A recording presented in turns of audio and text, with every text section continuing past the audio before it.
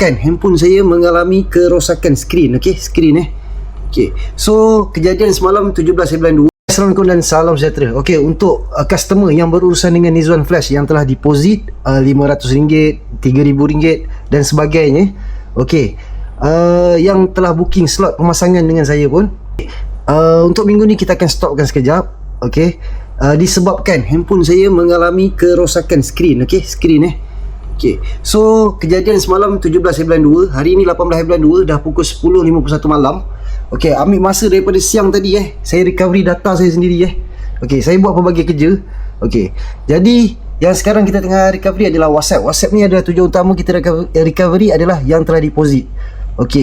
Kedua, yang ada warranty dengan saya. Ketiga, yang suka mesej dan tak pernah buat dengan saya dan sekadar nak tahu harga. Dan seller-seller dan komen yang sentiasa mesej saya saya ingat Ketiga, saya tengah recovery semua data-data seperti gambar, video untuk saya pindahkan ke PC.